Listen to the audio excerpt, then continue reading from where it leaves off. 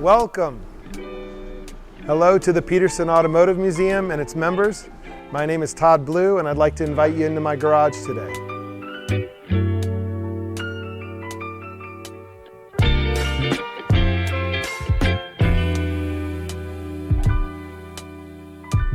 The first car I wanted to talk about today is the 1973 Porsche RS. To the best of my understanding, there were about 1,500 RSs made. 500 were lightweight, and the first 200 cars were actually called thin metal lightweights. This is actually one of those first 200 cars. In addition to that, to kind of narrow it down even more, there were only 18 Gulf Blue RSs made out of the 1,500, which is a very, very small amount.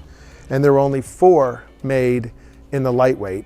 And as I understand it, this is one of 2 thin metal Gulf Blue lightweights in existence that's completely matching numbers. This car is not restored at all. It came out of Europe. It was originally delivered and sold in Sweden, which is why you see things like the side mirrors, which are a little different from others. And I'm really proud to own this car. It's very interesting. It is an incredible drive, and it surprises me every day. So I'm really, really happy it's a part of the collection.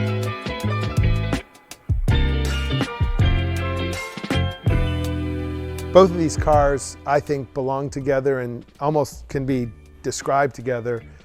The 1993 911 Turbo S lightweight, probably also another unicorn in the room. I think they made 87 cars. This particular car, I think I bought it with, no exaggeration, 50 kilometers on it. And I was so excited to get it. I got it off the truck in Houston, Texas at the time. And I think I drove it the first minute or first second that I had it, probably 100 miles. And I was like, oh, what am I doing? But I didn't care. And it's an absolute over-the-top part, in my opinion, of Porsche history that probably represents a time actually when Porsche was not selling that many cars in total in the early 90s. Things were not great.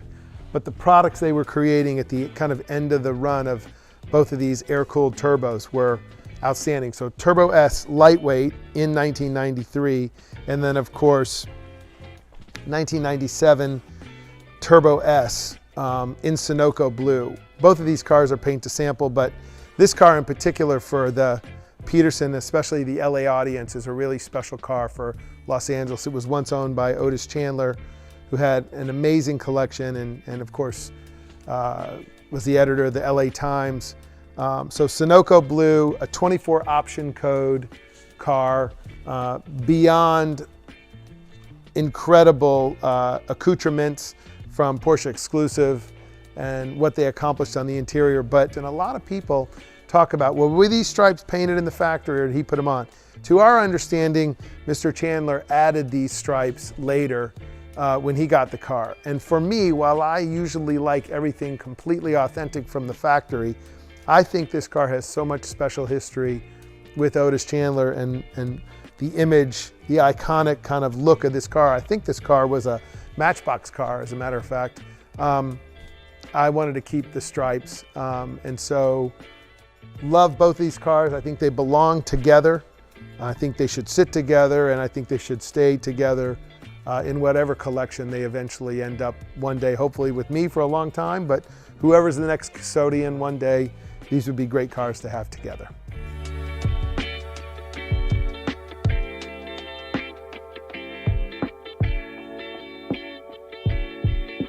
So for this one, place yourself into the 1980s. The end of the Ronald Reagan era. The 80s were a high-flying, crazy time for cars and for the world. Times were really changing. Thus, this really represents the pinnacle of the 80s. The Slantnose 911 Turbo, 5-speed, 1989. That's what you want. You want the 5-speed, the best of the best. It represented everything flashy at the time. The 80s were a flashy time. Every celebrity and athlete either wanted this car or had this car. Don't know if you guys saw the recent documentary on the Chicago Bulls, and Michael Jordan had one of these in there. I fell in love with this car because when I was a kid, I was a Cincinnati Reds fan, and Pete Rose had one of these cars. These were the coolest thing for anybody and everybody. You didn't even have to be a sports car person or a Porsche person. Everybody wanted one of these things. And I think the crossover appeal to customers that bought other brands, this car brought people that never considered a Porsche, probably because they wanted to be flashy in the 80s, into this brand.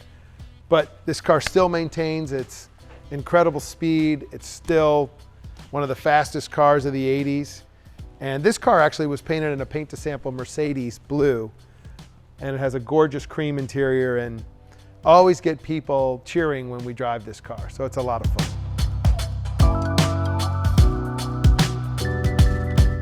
Another important time in Porsche history, 1976, they bring the car to America.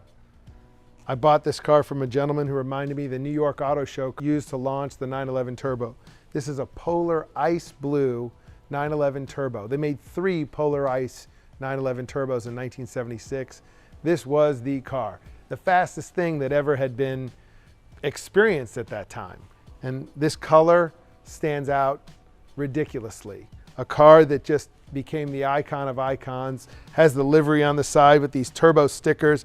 I mean, such a period situation that reminds me of my childhood. I don't know how else to explain it, but probably the coolest car of the 70s. Kind of a very little known car, the 968 Turbo S. 14 cars were made worldwide, 14. They took a car that basically was not an expensive car on a relative basis for the time, and put all the performance they could pack into it with the Weissach department, the engineering department, and created this car and created this outstanding performance. And it's like the others, one of the very, very most rare cars that I think most people walk past and walk over in the collection. It represents the transaxle cars, front engine, the evolution of the brand, but at the same time, a car that was never really produced in mass. So a pretty rare thing to have as a part of the collection. This is the 1972 916. Now this is a fabulous car, really a unicorn in the collection. Made in hoarfrost blue with an incredible paisley green, brown, and blue interior that's very Studio 54 and 70s-esque. But the real story on this car is how few were made. 11 of them were made. Porsche was basically readying these cars, as I understand it, for the Frankfurt Auto Show in '72. And I think the goal was to compete with the Ferrari Dino. They took the 914.6, the 914.6 M471, and changed some things, modified it, made it better, and put a fixed roof on the car. Obviously a bigger engine, got rid of the Targa top, and just made the car an incredible performer with an absolutely outstanding mix of an interior and exterior color combination. And most of the cars of the 11 all had wild colors and wild combinations, and they're a real special part of Porsche history. Anyway, the cars ultimately were not produced for production purposes because they were faster than a 911 and they cost more. So I think the project was just killed by the company, which is perfectly fine. And the cars ended up mostly in family members' hands, of which this car was a family member's car. And we found it in Austria and then restored it in northern Germany, and really proud of this car. And the most fun part about this car is this unbelievably outstanding interior. And we were able to find, obviously we had the original material, but then we had the company that made the material originally for the factory, and we found them and we redid it to the original specifications. So very, very proud of this car. One funny story about this car, when we were restoring it, we were going through the process and I was getting pictures along the way. And in between the process, all of a sudden the car was a cream color. And I was like, oh my gosh, like what are you doing? And I thought it was a primer and I didn't know what was happening. Basically, my restorer in northern Germany, who's amazing, told me, no, Todd, that's the way the cars were all produced. They were all cream colored and then painted in the factory thereafter. So he went through the process and did it exactly as the car was originally made. So you even learned stuff along the way during the restoration process. Okay, you really want to talk about a fun one? The Porsche 935 race car. Pretty incredible. I mean, it literally brightens this whole room. 77 made for the world, I think about 20 brought to the United States. I had just finished, I think, my third Porsche dealership, new construction for the company, and I had just started collecting in a serious way Porsches. And a dear friend of mine at Porsche, I begged and pleaded and said, is there any way I could purchase one? And he said, I don't know. And finally, actually, I was turning 50. And about 4 days before my birthday, he said, I'm going to sell you one. And I said, wow, that's incredible. Thank you so much. And by the way, he knows who he is, but I'm not going to mention his name, and I thank him again for it.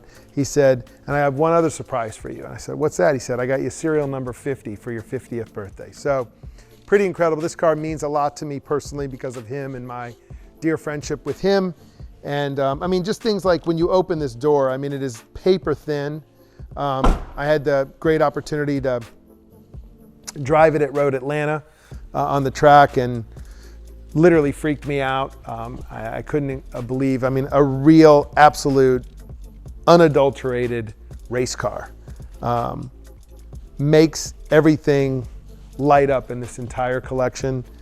Sounds incredible, and a lot of fun to own. So this is the 1964 Porsche 904 race car. Basically the beginning of the plastic car, race car era for Porsche. This particular car had some incredible race history with races in South Africa and France and England, and had a lot of great drivers who drove it. This car comes with its original engine and has also a 904 engine in it from another 904. So you're able to enjoy that and enjoy it on the track and not be so freaked out that you might ruin the original engine. So I think that's a great thing that we're blessed to have. I happen to personally love this car because it reminds me when I was a kid, I used to watch the cartoon Speed Racer, and all those cars were those 1960s era cars, that Japanese cartoon that was so amazing, and they really captured those Le Mans cars. And I feel like this reminds me of my childhood. So that's really what drew me to this car and why I love it so much, which is not really the normal reason that most people like them, but hey, that's why I like it. This is the 1955 Porsche Jahrenwagen. Probably, for sure, long preceded the Cayenne and what eventually happened and normalized Porsche sales. But as I understand it, in the mid-50s, obviously Germany's economy was being rebuilt, and the military had an RFP for an amphibious vehicle. Porsche, Volkswagen, BMW, Mercedes, many of them, if not all of them, competed, and Porsche actually, as I understand it, was not successful in winning the bid. They made 71 of the Jahrenwagens. The first 12 were prototypes. This is the 5th one ever made, and as I understand it, very funny. I think this car brings a lot of smiles and questions and head scratching when people come into this room for many reasons, including not the least of which is it's not blue and has no blue components on it. So we have a lot of mixed emotions about having this in here. No, I'm just kidding. This is a great car to have and brings a lot of smiles on people's faces. And when they find out it has a 356 engine in it, and it was built, this particular car, because it was a prototype, was actually built alongside the 550 Spider race car. So some really cool stuff. It has 2 gas tanks and a hatchet and a shovel on back and some other crazy stuff. So a complete departure from pretty much what's happening in the rest of the building, but a lot of fun to own it.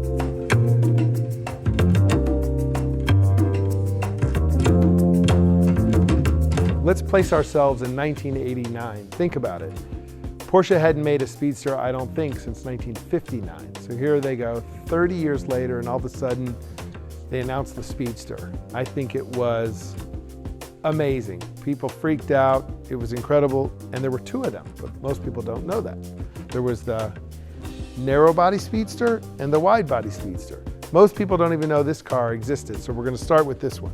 Wide body, everybody wanted that turbo look, that masculine, muscular, amazing look, and came, and I think they made about 1,100 cars, sold beautifully. This particular car means a whole lot to me. Dear friends of mine who sold me their dealership group in the desert had this car, and I approached him for years and said, please sell me your car. No, no, no, no, no. And finally, after many, many years, they were kind enough to say, hey, we're gonna sell the car, and they called me first, which was lovely of them, and I'm very appreciative. And so I bought this dark blue over camel Speedster from '89. It is so fun to drive, so freeing, very California, just also very pure. But this is also a very interesting car, and I wanted to have them right next to each other on purpose. Narrow body 1989 Speedster effectively was not technically successful. They only made, I think at most 200, but I think it's under 200 cars. Everybody wanted this one. It was wide. They really didn't want this one, but now this is borderline in the unicorn status and is very rare. This particular car was found for me by a dear friend of mine in Austria. And what's really cool about it, when I bought it, it had 500 kilometers on it. So when you open this car, it is really a brand new car. The carpet's new, the leather's new, dark blue with dark blue, pretty much my favorite combination, and is incredibly elegant, door shuts perfectly, represents the pinnacle of Porsche and the G-body Porsche, which is truly iconic. Now this car is a critical component to Porsche history. As a matter of fact, everything in here, there's a reason, whether it's blue or a different shade of this or had a certain significance of that. This car in particular is very special, and those that know, of course, every Porsche guy knows how important the 959 was to the history and the future of Porsche kind of combined. I think in the mid 80s, Porsche was actually considering probably eliminating the 911, which is a crazy thought considering that that was iconically the image of Porsche. So as I understand it, again, engineers went to basically the leadership of Porsche and said, let us show you what we can accomplish. Please don't get rid of the 911. And they put every future ridiculous, over-the-top, performance-oriented engineering marvel into one car and created this masterpiece, in my opinion. I think they made about 292 regular 959s, and then of course I think they had some S's. I'm not quite sure how many S's. This is a Comfort 959. It was originally sold to a famous conductor in Europe, and then after that was owned by a wonderful hotelier in Europe from whom I bought the car. As I understand it, it's the only dark blue with dark blue interior 959 ever made. It's got a history that makes so many things just come together.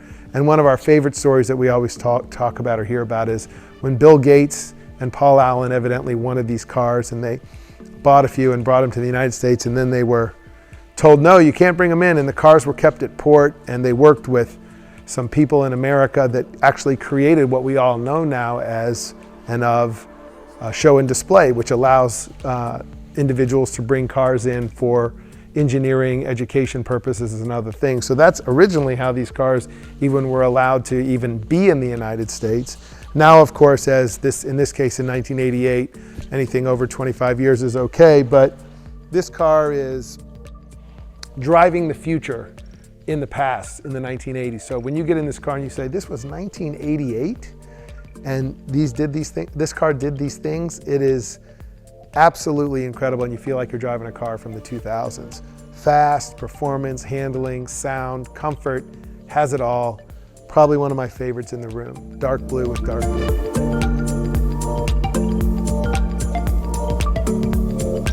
The 2005 Carrera GT, my favorite car in the world, the last car I'd ever sell in the collection.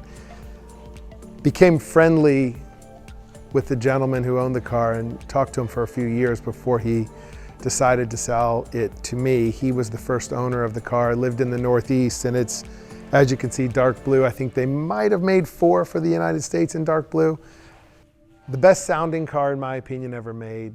10-cylinder engine. Car, I think, was originally designed to be a Le Mans race car, and then they decided to make it a street car. Visceral, manual, analog, everything a true lover of Porsches and lover of driving and lover of everything that's real and sounds good, smells good, drives good. It's all there. basically is also the last analog supercar. So, you know, we had the 959, and then you had at some point the GT1, and then the Carrera GT, and then of course the 918, all of which were the supercars along the way. And I think for sure this is my favorite, not only of those, but of any Porsche in general. And it just does it all, has it all. Couldn't be more excited about this car. Love, love, love this car.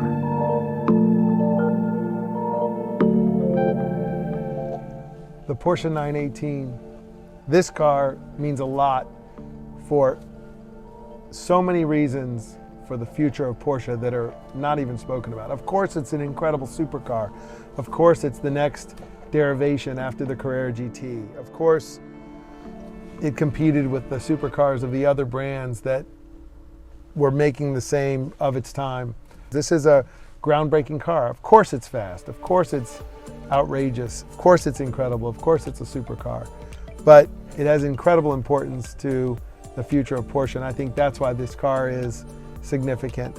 It also led to some great things, some great customer developments, long-term relationships. I think it solidified an incredible, already strong relationship between Porsche customers and the Porsche brand with the VIP program. Some people say, oh, the VIP program was bad. Some people say it was good. I thought it was great because it really took care of any issues that may have existed, as an example with Carrera GT when it came to market and actually didn't sell. So when 918 came to market, it sold out very quickly. I think the VIP program was a great thing for that, but it also was great for the value of Porsche collectibles, for the value of the brand. I think it's underestimated in its importance. So this car is a lot of things to Porsche. Technology, speed, supercar, amazing endurance. I think it's the strongest supercar of all of its competitors, whether, we won't mention other brands, but the other things that for which it competes, with which it competes. Sounds amazing, but I really think ultimately the importance of this car is the hybrid technology and how that set the groundwork for the future for Porsche. Anybody that knows me well knows I have a love affair with the Porsche brand, but there's a reason. It's not because of the performance or the speed or the fantastic everything that this brand provides. It's because they really took a chance on me when probably A, they shouldn't, or B, no one else would when I became a car dealer. We had a little Porsche store that we acquired with probably sold 100 new cars a year in North Houston. Without my team at the company, without the Porsche regional leadership, without all that world, I don't think any of this would have occurred. So I credit my team members and all the Porsche team members for that. And so because of that, I feel a loyalty and a connection to this brand. And that sign represents that for me. It's the first sign from my first store that we eventually moved out of because we built a bigger store, and then we built more stores in more cities. But we saved each letter, restored each letter, lit them up, and eventually when I got this building, I brought it here just to create and remember always where I came from and this brand that took a chance on me when no one else would have.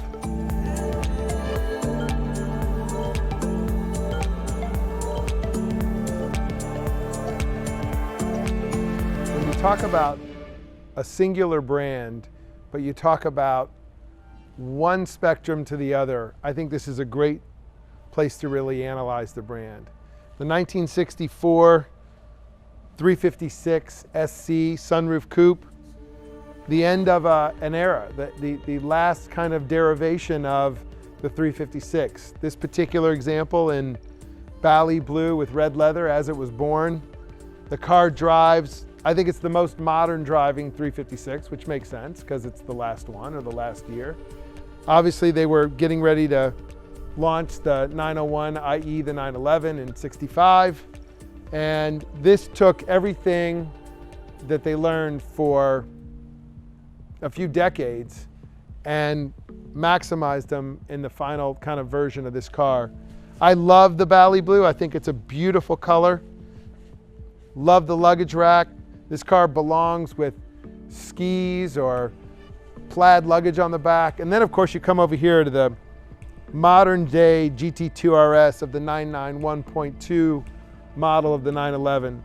of the close to 2,000 of these created had black carbon fiber, but this car is Albert Blue with blue carbon fiber. One of, if not probably top 5 fastest Porsches ever created for the road, let alone 911s. A race car for the road, incredibly fast, over 700 horsepower, threw everything but the kitchen sink into this car. But again, we wanted to show these colors. I mean, if you saw this car inside, might think it's the same color, but Bally Blue and Albert Blue are very different. And that's kind of what we tried to create in the collection, to show all the different kinds of blues, and that you basically can have your car in any color as long as it's a shade of blue.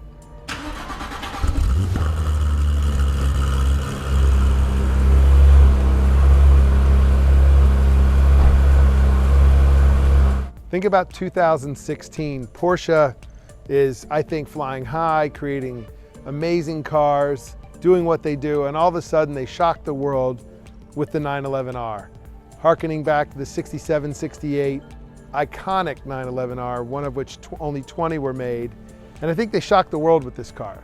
They announced it and people went crazy. You know, there were rumors they're going to get rid of manual and change the DNA of the company. And here Porsche does, they surprise the world and they go back right to the heart of their DNA and did this fabulous car. This particular unit is in maritime blue, which was a paint to sample car. Only 2 in maritime blue. This is the only one in the United States, and I think the other one's in South America. I decided to do mine with maritime blue wheels, a yellow stripe, actually a deviating stripe in cobalt blue, so maritime with cobalt, with speed, yellow. And I chose, which a lot of people made fun of me for, more the comfort seat. People they went crazy in my store. They were like, oh my gosh, why'd you get those seats? Well, I had a bad back. I had a couple back surgeries. I wanted to enjoy the driving. And now people come to me and they love the fact that that was chosen on this car. So it's funny what you decide. I'm not saying it's perfect, but it worked for me, and that's why I did it. Again, I think the car really represents celebrating analog, celebrating manual, celebrating the real DNA of this brand. So I particularly love the car. And you know what I want to do? You want to go for a ride? Because this is a car you really should go for a ride with me. Come on in.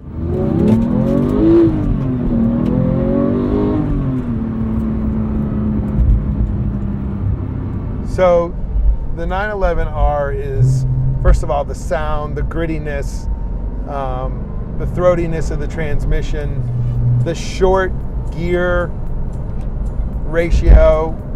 The throws are real tight and real short. I would say as engaging of a car that they've made in the last 20 years.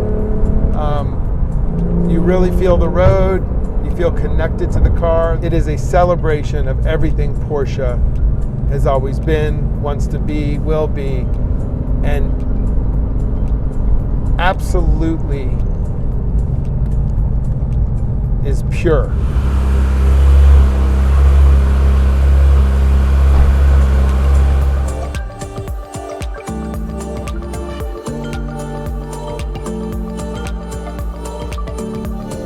It was great to spend a little time with all of you today. Thanks for allowing me to share some of my collection with you. You know, if we can celebrate this passion that we all have and do it in support of the Peterson Automotive Museum, which really elevates this hobby better than anybody in the world, it's a pleasure to do it. So I just want to say thank you for coming today, and we'll see you soon.